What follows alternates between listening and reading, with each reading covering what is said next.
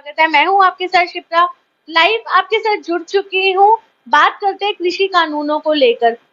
कृषि कानून आप सभी देख रहे हैं कि इतिहास ही बनकर रह गए। अगर हम बात करें कंगना रनौत की, जी हाँ, बॉलीवुड एक्ट्रेस है, साथ ही साथ भाजपा सांसद है, लेकिन कहीं ना कहीं उनके एक बयान पर कि कृषि कानून, जो 3 कृषि कानून है, उनको वापस लाने के बयान पर राजनीतिक गलियारों में पूरे तरीके से हड़कंप मच चुका है। लेकिन यहाँ आप आपको ये भी बताना चाहेंगे कि सामने आकर उन्होंने माफी भी मांगी है। उनका यह कहना है कि जो भी शब्द उनकी तरफ से इस्तेमाल किए गए हैं उनके लिए वो माफी मांगना चाहती हैं। लेकिन कहीं ना कहीं जो विपक्षी दल है वो पूरे तरीके से कंगना रनौत को और भाजपा के जितने भी छोटे से बड़े लीडर्स हैं उनको घेरने की तैयारी में लगा हुआ है। लेकिन कृषि कानून जो है, जो आज भी हम देख रहे हैं इतिहास बनकर रह गए हैं, वो लगातार मुद्दे पे मुद्दा बनता जा रहा है। कंगना रनौत हमेशा से ही कई तरीके के विवादों में हमें घिरती हुई नजर आती हैं। हमारे साथ पॉलिटिकल एनालिस्ट जुड़ चुके हैं, मिस्टर अरुण मित्रा जी, ईएनटी स्पेशलिस्ट भी हैं। तो सबसे पहले स्वागत करना चाहेंगे आपका टाइम्स पंजाब टीवी में। सर, कंगना रनौत की बात करें, ये आज का मुद्दा नहीं है। कृषि कानूनों का कई ऐसे मुद्दे हैं जिसमें लगातार वो हमेशा गिरती हुई नजर आई हैं। लेकिन ऐसा पहली बार हो रहा है कि ऑन स्क्रीन आकर उन्होंने माफी मांगी है, अपने शब्दों को लेकर उन्होंने माफी मांगी है। सर, क्या कहना चाहेंगे इसके ऊपर? देखो, एक मुहावरा है, ना पिद्दी का शोरबा। कंगना रनौत तो पिद्दी है, समझे मेरी बात। एमपी हो सकना और बात है, पर भाजपा के जो नेतृत्व है उसमें उसका अस्तित्व कितना क्या है आपको पता है। ये बातें भाजपा की एक स्ट्रेटेजी है, आरएसएस की और भाजपा की, कि किसी से भी कोई बात को बुलवाओ और फिर वो जो थोड़ी सी है ना, ऐसे कंट्रोवर्शियल बात होती है, जो विवादास्पद कोई बात हो, उसको बुलवाओ और फिर देखो लोगों की प्रतिक्रिया क्या है। अगर प्रतिक्रिया ठीक लगती है उनको तो उस बात को आगे बढ़ाते हैं, नहीं तो नहीं बढ़ाते। कंगना ने जो ये बात कही है जो खेती कानूनों के बारे में, ये कोई नई बात तो है नहीं। भाजपा ने तो 1.5 साल बाद लोग बैठे रहे, हमारे देश के किसान, 1 साल से ऊपर, 1.25 साल, तो कोई किसी की बात नहीं सुनी। 750 लोग मर गए, एक कोई सार्थक मीटिंग तक नहीं हुई। और बाद में अचानक प्रधानमंत्री ने, क्योंकि उत्तर प्रदेश में चुनाव आ गए थे, ये कह के कि भी मैं, उन्होंने ये जो कानून वापस नहीं की। उन्होंने कहा मैं किसानों को समझा नहीं पाया, समझे इसका मतलब। उन्होंने किसान कानून नहीं वापस की, इसलिए अब हम जो इनको वापस कर रहे हैं, मतलब उसका कारण नहीं था कि कोई हमदर्दी है किसानों से या उनके कानून गलत थे, ये बात नहीं थी। मैं समझा नहीं पाया। असल में भाजपा कॉरपोरेट सेक्टर की पार्टी है, शुरू से ही है। इसलिए मैं ये बात कहूंगा, आज़ादी से पूर्व ये अंग्रेजों के साथ थी, आरएसएस। फ्रीडम मूवमेंट में एक भी इनका शख्स मुझे बताइए जो एक दिन भी जेल काटा हो आरएसएस का, आज़ादी के संघर्ष में। एक की, मैं दो की बात नहीं कर रहा हूँ, एक। लोगों के हजारों गए, बाकी पार्टियों के लाखों अंदर गए, जेलों में गए, फांसियां भी चढ़े।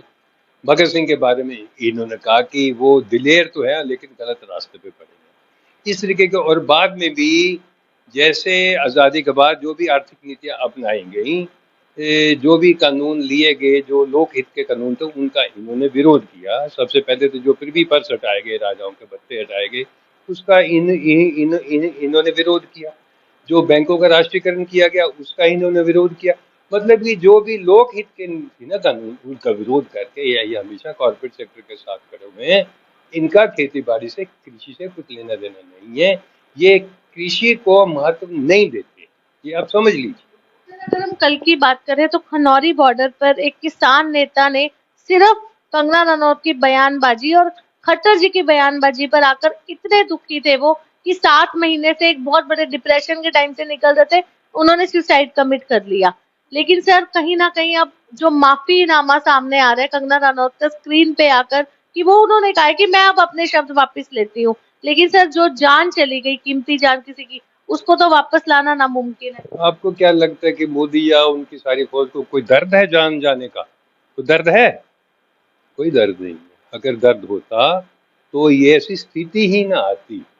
ये इसलिए कंगना बोल रही है क्योंकि पहले उससे बुलवाया गया, फिर देखा गया कि इसका हरियाणा के चुनावों में नुकसान हो सकता है, फिर उस पर दबाव डाला गया, पार्टी ने कहा हम वापस हैं, उसने फिर दोबारा फिर भी बयान दिया, फिर उसने वापस ले लिया, वो अपनी माफी न। सो ये एक उनकी तयशुदा नीति होती है भाजपा की, RSS आप देख लिया, हर बात में ऐसे करते हैं, चाहे वक्फ बोर्ड का मसला हो, कुछ भी हो, हर बात में ये ऐसे ही करते हैं। लोगों की प्रतिक्रिया देखते हैं। वो जान चली गई, वो तो गया बेचारा, उसका परिवार को तो नुकसान हो गया। 750 लोग पहले मरे। इनको क्या होता है? इनको कोई दर्द नहीं होता है।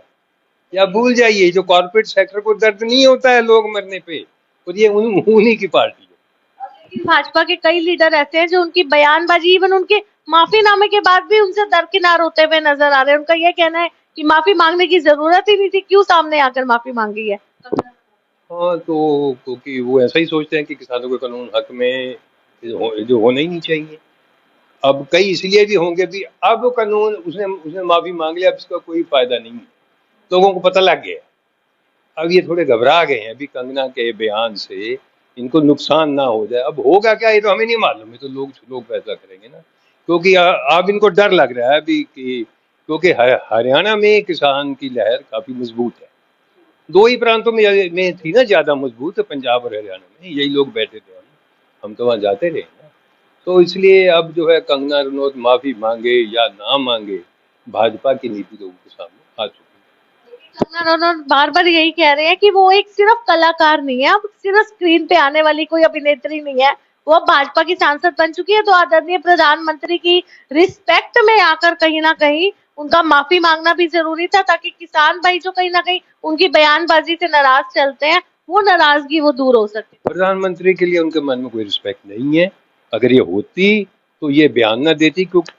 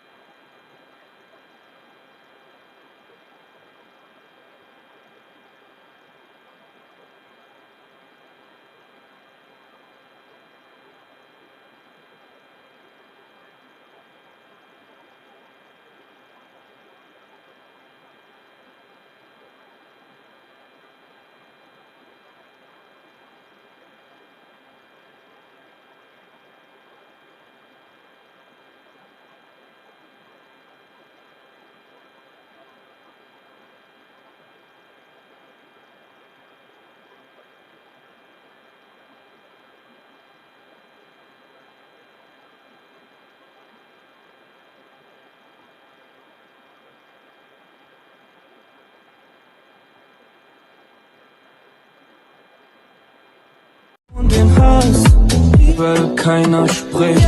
Tauchen ab, sehen nix, denn der Nebel zu dicht. Morgen ist jetzt scheißegal, wir geben komplett